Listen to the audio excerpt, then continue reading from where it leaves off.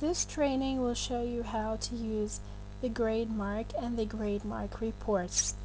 Now the first option is right over here, which is the grade marking, and here is the GradeMark report. We'll start first with the grade marking. So let's click here this assignment, and what will appear here on the left is the student's assignment, while on the right here are the quick marks. Now here are the different options that we have, and this is the quick mark, and then we're going to talk about the general comments, then we're going to talk about the overview of the pages, then we're going to talk about the last thing is the rubric. So let's first activate here the quick mark below here. Now above here you can see the different sets that were already installed by Turnitin, and these are the 6 different sets. And let's activate, for example, punctuation. And the first thing that you can do is you can read here the description. As you can see, it appears here below. So if I bring the cursor on the quick mark, you can see here that it's missing semicolon, for example.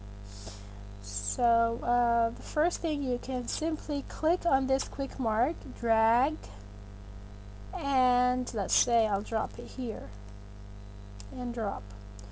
Or you can, for example, highlight part of the text like so, and then you click on the quick mark. Just click on the quick mark and it will appear. And let's drag it over here, drag and drop. Let's drag this one too. You can also delete the comment right by pressing over here. That's it. Okay, now another feature is you can simply click on any part of the essay and you can write a comment. So let's say, for example, I will add good job,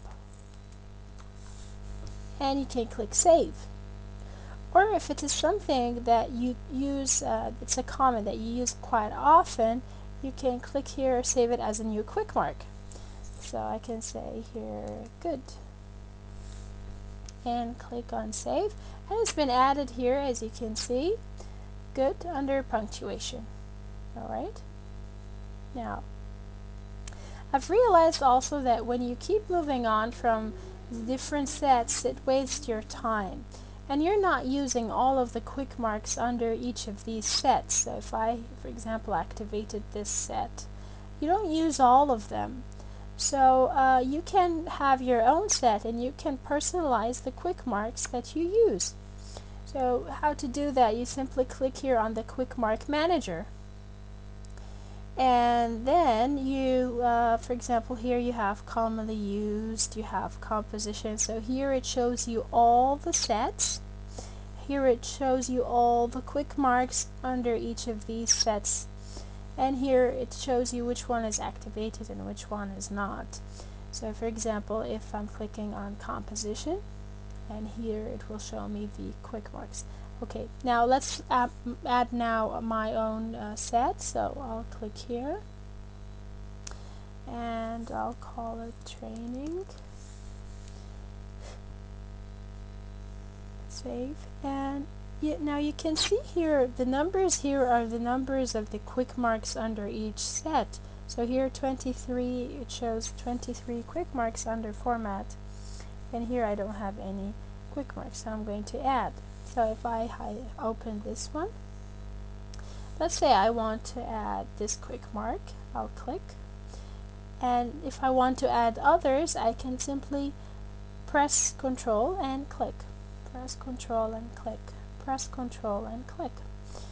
Alright, I've added here 5 selected. I didn't add yet, however. I need to click on Actions, Add to Set, then click on Training. Okay, and it should have been added. Yes, it is. And here it is, 5, our new quick marks. Alright, you can also delete the set right over here. Okay, now let's close. You can also view the originality report while you're correcting. So if you click on here, it will show you the originality report, or the parts that were copied from other sources right over here in pink, as you can see. And the other feature, if we go, we'll move on to the other feature right now, to the general comments. In the general comments, you want to probably add something positive to your students. So add a comment to your students right over here, and then you click on save. Quite simple. The next thing is the overview of the comments. So the student here can click on page 1, and they can look at the different quick marks that you've added on their first page. And moreover, you can click show on paper, and as you can see, it's been highlighted right over here to the student. And if I click on the next one, you can see here, next quick mark was highlighted, and so on. So the student can simply look at the quick marks, all of the quick marks right over here. The last thing is the rubric. You can add here the rubric, your own rubric. You can personalize it. You can even add descriptors if you want. You can simply add the grade. You click and it's been added for you. If we look at the total right over here at the very end, and it's 8 out of 40, and it's even it calculates for you the percentage. And these are all the features for the quick marks. So let's exit this part and go to the GradeMark report.